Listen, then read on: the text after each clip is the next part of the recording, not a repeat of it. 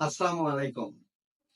তোমরা যারা 2025 সালের এসএসসি পরীক্ষা দিবে তাদের জন্য কিছুদিনের মধ্যে অনুষ্ঠিত হবে এসএসসি টেস্ট পরীক্ষা বা নির্বাচনী পরীক্ষা। আর এই নির্বাচনী পরীক্ষায় তোমরা ভালো করতে পারলে তোমরা এসএসসিতে এসএসসি পরীক্ষা দেওয়ার জন্য ফর্ম ফিল আপ করতে পারবে। তোমরা যাতে এই টেস্ট পরীক্ষা ভালোভাবে দিতে পারো তার জন্য আমি আজকে এসএসসি সাধারণ গণিত থেকে একটি সাজেশন উপস্থাপন করবে। এই সাজেশনটি তোমরা যদি ফলো করতে পারো তাহলে আশা করি যে তোমরা গণিতে অন্তত 5 মার্ক তুলতে পারবে। তো এই ভিডিওটি দেখলে এই ভিডিওটিতে যে আমি গণিতের সাজেশন আকারে যে প্রশ্নগুলো দিচ্ছি তোমরা এই প্রশ্নগুলোর অ্যান্সার যদি করতে পারো তাহলে তোমরা অবশ্যই গণিতে 100% পাস করতে পারবে। তার কথা না বাড়িয়ে এখন আমি তোমাদেরকে সেই সাজেশন পার্টের দিকে ফিরে নিয়ে যাব। দাদা এখানে দ্বিতীয় অধ্যায় থেকে কিছু প্রশ্ন দেওয়া আছে এবং 1 নম্বর প্রশ্ন দেওয়া আছে যে একটি সেট, যে সেটের সদস্য হচ্ছে পূর্ণ সংখ্যা, আর একটি সেট যেটি হচ্ছে একটি রিলেশনের সেট, এফ অফ এক্স এটি একটা ফাংশন। তো এই যে উদ্দীপক, এই উদ্দীপকের আলোকে যে কোশ্চেন দেওয়া আছে ক নাম্বার, এ কে তালিকা পদ্ধতিতে প্রকাশ করো। একে তালিকা পদ্ধতিতে প্রকাশ করো, অর্থাৎ সেটের যে কোশ্চেন হয় যে তালিকা এবং সেট গঠন পদ্ধতি, এটা সেট গঠন পদ্ধতিতে দেওয়া আছে, সেটাকে তালিকা পদ্ধতিতে প্রকাশ করবে। আর কে তালিকা পদ্ধতিতে প্রকাশ করো, অর্থাৎ রিলেশনটাকে তোমার তালিকা পদ্ধতিতে প্রকাশ করতে হবে, এটা সেট গঠন পদ্ধতিতে দেওয়া আছে। তারপরে এই যে এফ অফ এক্স সমান যে মানটা দেওয়া আছে, এই মানের আলোকে f of 1 by x square plus 1 divided f of 1 by x square minus 1 এর মান নির্ণয় করো। এটা হলো 1 নম্বর সৃজনশীল। 2 নম্বর সৃজনশীল যেটা দেখো দেওয়া আছে যে y equal to f of x equal to 4x minus 7 2x minus 4। তো এইটার মতোই এই উদ্দীপকটা। তো এখানে যেটা প্রশ্ন দেওয়া আছে যে ক f of 1 minus 1 by 2 এর মান নির্ণয় করো। খ f of x plus 2 divided f of x minus 1 এর মান নির্ণয় করো।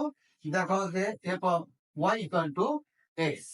নম্বর উদ্দীপক হচ্ছে f of x সমান x cube minus 3x square plus 1 divided x into 1 minus x এবং x সদস্য হচ্ছে 3 4 এবং b সদস্য হচ্ছে 2 3।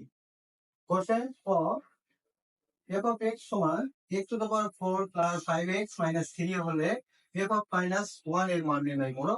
এটা উদ্দীপক নির্ভর হতে পারে, না হতে পারে, এখানে উদ্দীপক নির্ভর নয়। খ নাম্বার দেখাও যে f of 1 by x equal to f of 1 minus x, অর্থাৎ এটার সাহায্যে আমাদের এটা প্রমাণ করতে হবে।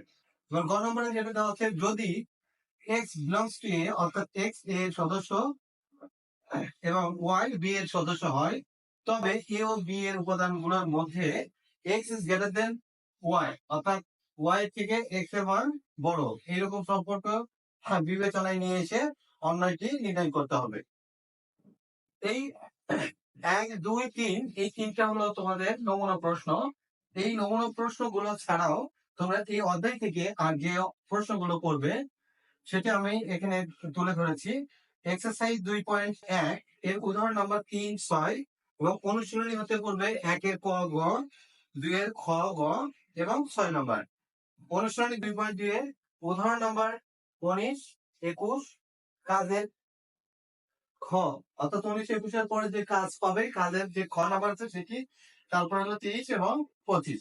এই অঙ্কগুলো করলে আমি আশা করি যে তোমরা এখান থেকে একটি প্রশ্ন কমন পাবে। তাহলে একটা কোশ্চেন যদি কমন পাও তাহলে আরেকটা প্রশ্ন বাকি থাকে। আমি আরো তোমাদেরকে পর্যায়ক্রমে দিচ্ছি, তোমরা সেইগুলো অবশ্যই অনুসরণ করবে।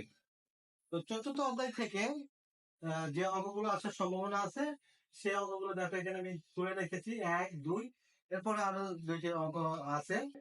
তো 1 নম্বর অঙ্ক কি দেওয়া আছে? a সমান x to the power p, এটা হলো সূচকীয় রাশি, সূচকীয় পদ। b সমান x to the power q এবং c সমান x to the power r। তাহলে ক নম্বর দেওয়া আছে হচ্ছে a x into r dot b minus r into p এর মান নির্ণয় করো। ক্ষয় দেওয়া আছে a into b to the power p minus q, b into c to the power p minus r, c to a to the power r minus p এর মান নির্ণয় করো।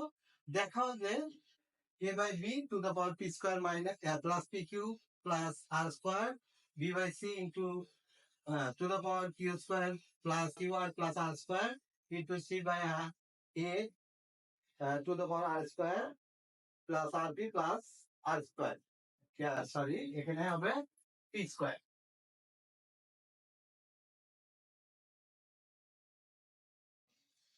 হবে p square equal to 1।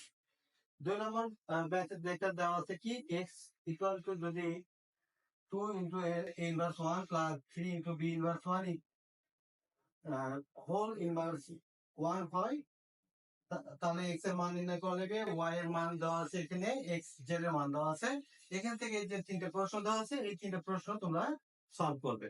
আচ্ছা, এই যে তোমার অধ্যায় 4 এবং অধ্যায় 2, এই দুইটা আমি তোমাদের এই মুহূর্তে এই ভিডিওটিতে দিলাম।